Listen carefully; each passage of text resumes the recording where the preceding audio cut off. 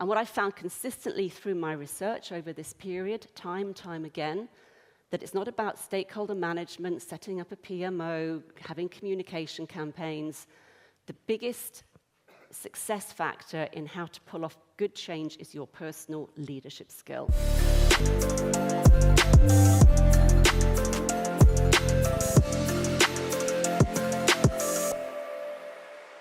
So I'm delighted and honored to be here today, and thank you to Mihaly for inviting me back on the stage.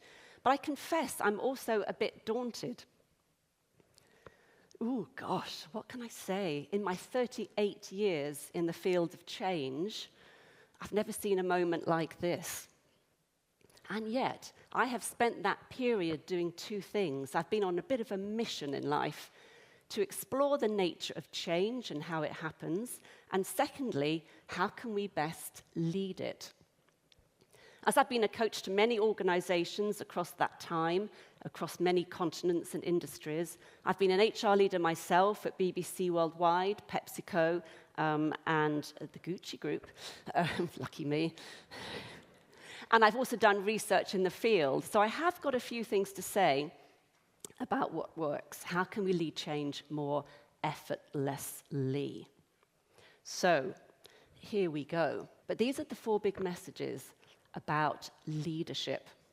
And what I found consistently through my research over this period, time and time again, that it's not about stakeholder management, setting up a PMO, having communication campaigns. The biggest success factor in how to pull off good change is your personal leadership skill.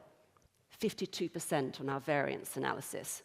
Ignore your personal leadership skill and you reduce your chances of having good change by a half. So here goes. Let me start with the first message. Big change requires UnBelonging.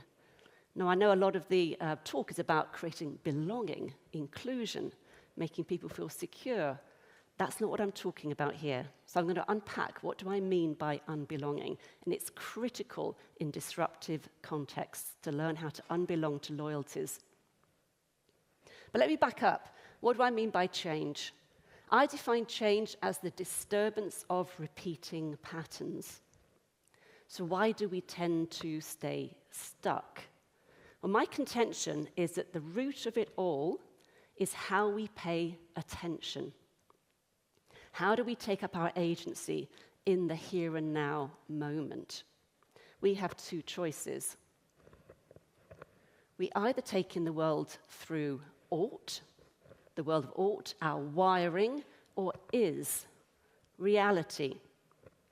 Ought is about how we would wish or imagine the situation to be, if only we could be there. Is taking the world on exactly as it is. The capacity to be with all of what is, independent of what we would wish it to be. And here's the paradox. Change starts by acknowledging what is, giving an equal, non-hierarchical, unprejudiced space for all to exist, not by prodding it to where we think it ought to be. It is really quite paradoxical. So why do we tend to stay in our oughts? Our conditioning, if only it could be like this and not like that. So let me just describe what I mean by ought and why we have these oughts. So our oughts are the inner instructional codes that run our lives, how I ought to be, or how you ought to be, or how the situation ought to be. They are implicit and invisible.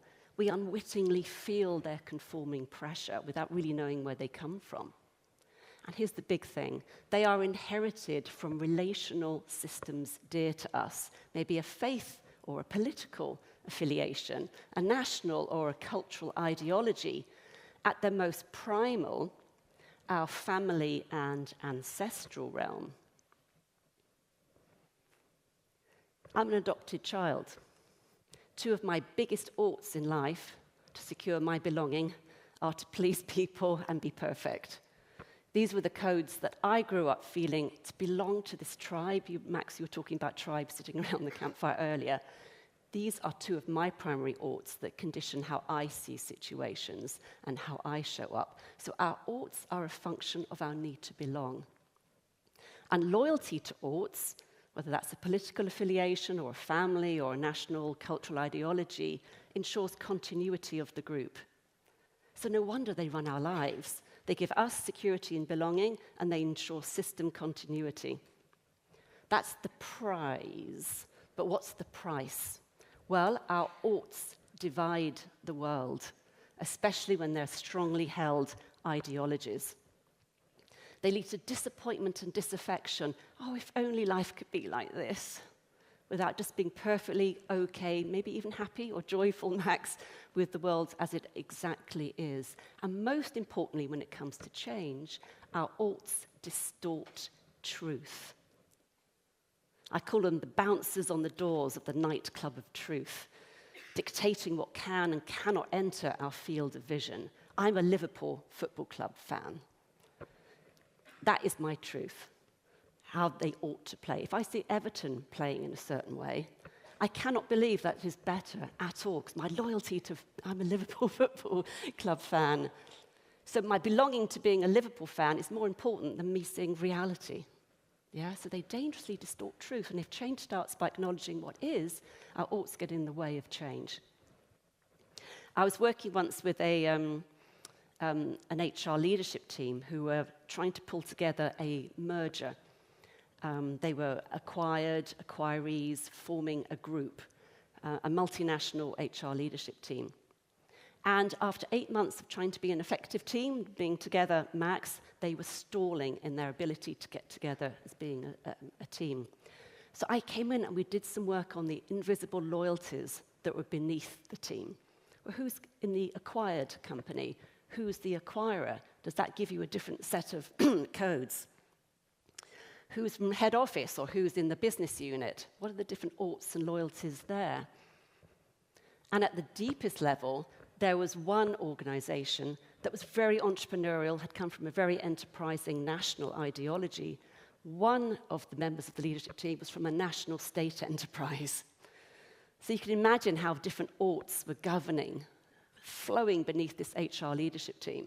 And it wasn't until we got these oughts out and they loosened their loyalties to these oughts that the team were able to join up, and then, boof, off the HR leadership team flowed, and by them getting together, they actually managed to unite their businesses together in a radically different way. So, just a reflection question for you here. If change starts by acknowledging what is, we need to learn how to move from ought to is. So I believe that the key task of a change leader is to help a system see itself, because very often we're not aware of these loyalties that we carry.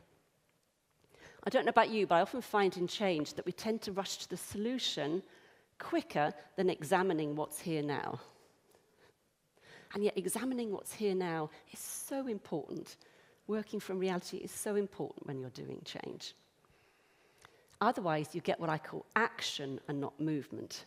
Lots of busy programs and change initiatives, but you're not actually changing the source of the routine that's creating current reality. So, how do we help a system see itself? Rather than telling the system, you ought to go there, being here is not the good place to be. Well, I remember once working again with an HR leader, and this was a UK bank, who were trying to become more devolved in their decision-making and also more rapid uptake of technology. So less hierarchy, more devolved decision-making. So we had a big day with their top leadership group, and I was asked to come on at the beginning to say a few things about change. The CEO came up and did their talk, and then I came up. And I'd noticed before I came on the stage that the whole front row was reserved for the VPs. This is a conference about removing hierarchy. And the front row was all for the vice presidents. What do I do here now? Do I just go on with my talk, or do I help the system see itself? I help the system see itself. My knees were sort of going like this as I asked people, why have we got... Oh, well, because we've got to get onto the stage quickly to do our speeches. How many of you are doing speeches? One person put their hand up. Yeah, so the unwitting oughts that we can't see. We then did during the day, has any of you here done open space technology? Anybody, any hands up here? Yeah, isn't it a great way to help a system see itself? So rather than having a conference of syndicates and breakouts, you're in syndicate A, you've got topic B, the group as a whole decides what it wants to do. And volunteers name topics, and then you can go off and go to where you want to go. Well, we did open space technology at this day. It's great. I'm an anthropologist, right? So I like seeing systems. I'm a bit biased here. And it was amazing how the culture was in the room. So the biggest business unit in this organization that felt it was, we've got to have all the capital resource. Guess where they put their station? Right in the middle of the room. HR was trying to become more business focused. Guess where HR put their station for the open space? Right down the corridor. Nobody could find them. So I love things like this because it helps a system see itself. The content of the conversation was also key, but observing the system in the room was the biggest catalyst for change. So, how might I help my leaders and teams to dig a bit deeper? I do think the HR role is to help ourselves see reality just a bit more clearly and dig deeper into what's going on. So what is the most direct route to truth and reality? What's our quickest way of accurately reading a situation? Rather than thinking, oh, we ought to be over here. How do we really get to be with what is? Elevate emotions. They are a key part of our neurobiology. Emotions are our most alert form of attention. So when we were sitting by the campfire that Max talked about, we had primary emotions. There are 8: fear, anger, disgust, shame, sadness, surprise, love, and joy. All of these primary emotions help us read the environment. They give us clues as to what's out there. They are data. Emotions are data. They're extraordinarily helpful. Not only that, emotions enable movement. They not only help you read the environment, our cognition usually puts the reality into categories, pre-existing categories. Emotions are such pure reality readers, they really are. They're not also just about you. I'm feeling angry right now in this meeting, or bored, or sad, or whatever. They are system clues. We are porous human beings. So the emotions that we are carrying are data about the situation around you, the team you are in, the department that you're leading. So emotions help us read truth accurately. They enable movement from one place to another, and they are clues about the system. What helpful leadership tools emotions are. I was sitting, I still am, on a board of an organization, and earlier this year we had the classic strat plan meeting. We were trying to do a 5-year strategic plan. And it was quite clear that going into the market and what the offerings weren't really what was needed in the room. So Muggin's here. I was trying to think about what's going on here. How do I help the system see itself and what's really going on here? So we invited people to talk really about what's going on here. And I introduced those 8 primary emotions. And I positioned them as system data, not individual issues. Oh, we need to take care of you because you're feeling sad. No. That's not what this is about. And then lots spilled out about the tensions between the chair and the CEO. All kinds of things spilled out. So, what was really going on here? It was tense. It was uncomfortable. The chair and the CEO were suddenly bringing out stuff that we as the board members, the non-execs, weren't really aware of, but so much got seen. The group was trying to push to the ought of the strategy rather than really seeing what was going on here now. Once all of the people checked in with their primary emotions, it was like a release valve in the board. And not only that, they said, oh my goodness, these are the emotions that we're feeling in our organizations right now too. It's not about us not getting on with each other. This is such helpful data. There was one person who was really angry. Anger is a really important primary emotion. Anger helps solve injustices. Anger has fire. Anger is necessary for change. And they discovered that in their organization, there'd been a real upset in the organization, and not just bad exits of certain staff, but an injustice done in the community. This anger was really, really important data to talk about. Sadness. Somebody was talking about how they had to say goodbye to something. A business unit had to be sold off. And they hadn't really gone through the task of acknowledging that grief. So sadness helps us to go from having something to not having something. After the meeting, we all left a bit jangled. We never got to the strategy, by the way. All we did was come out with the emotions. And the Monday morning after, the CEO was going to put a note out to the team saying, "I'm really sorry about last week. We went a bit off-piste. I should have stopped the meeting, when it got too emotional." But I had a conversation with the CEO to say, hold on a minute, what was really going on here? Elevate emotions as really helpful data. And he rewrote the note to the team, "Thank you for last week. I felt it was really awkward, but bringing out the emotions helped me see what I needed to do as a leader. I could see the painful costs and consequences of me not solving the issues around the hierarchy in this team." So emotions enable movement. So if we need to learn how to move from our oughts, our conditioning, what we think is desirable or expected, and move towards is, reality, we need to learn how to handle the emotions that arise from awareness. Truth stirs up things. So if truth catalyzes change, and truth catalyzes stuff getting stirred up, we have to learn how to handle emotions, give them a place as a change leader. Otherwise, what happens? Our primary emotions become what is called secondary emotions. Whereas primary emotions like anger serves movement, a secondary emotion keeps you stuck. Anger, if it's not processed, might turn into bitterness. Shame shame is a precursor to all change and learning. Shame is such a helpful emotion to have. Oh dear, I could have done that differently. But shame might turn into withdrawal and total embarrassment. I need to leave this team, that was so awkward. Yeah, so how can we learn to handle the emotions that arise from awareness? Otherwise, the beauty of these primary emotions can hold you back. So again, as a change leader, how do I work with the disturbing and systemic power of emotions? They are clues into where your organization is and where it needs to head. Are emotions relegated? No, we don't do emotions in business.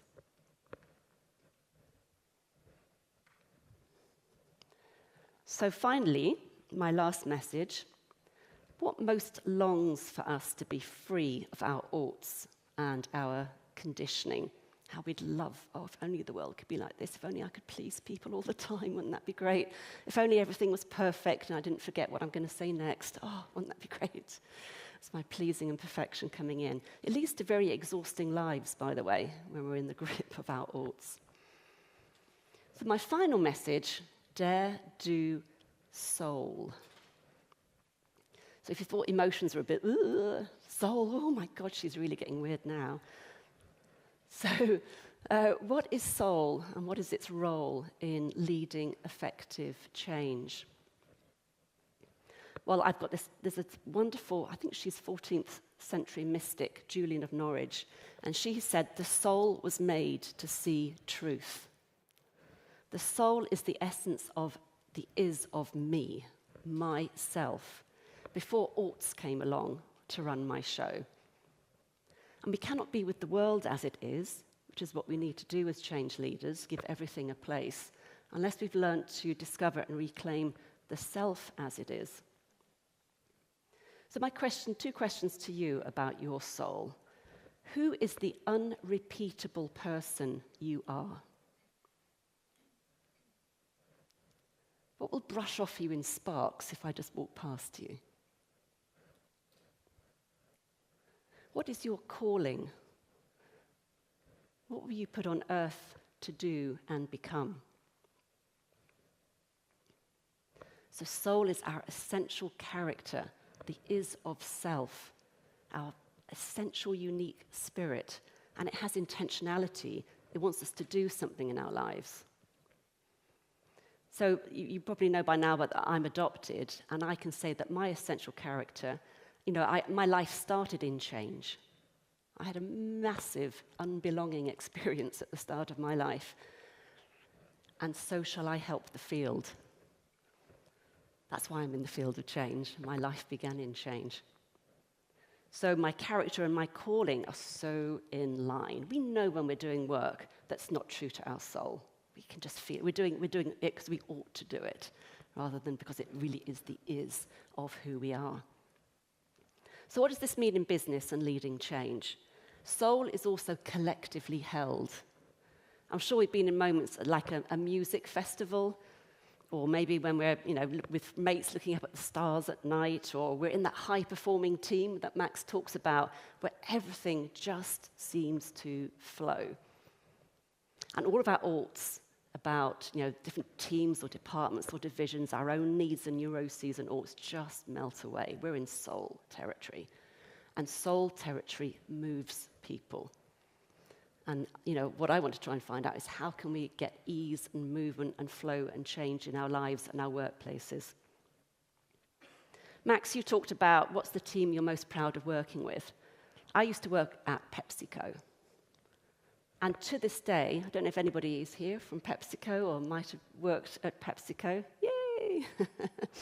I was the head of organization and management development based in New York. And we ran a program called Experiencing PepsiCo. And this was the induction program for all new hires joining the company. I still remember to this day this program, even the outfits I wore. It was amazing. Really amazing. How did we prepare new people coming into the company? Well, we didn't send out, here's our product lists, our financial data, the countries, how many staff we have. We sent out to everybody before they came every key speech of every PepsiCo CEO going back to the founder. That was our sole task, to read the key speeches of the leaders who came before us. Doesn't matter how they were rated, doesn't matter what their length of service was. We knew we were joining an organization as one bead in a necklace of time. And it still gives me tingles now just thinking about it. That company had soul. I loved working for PepsiCo. Don't know what it's like today, but certainly then it was.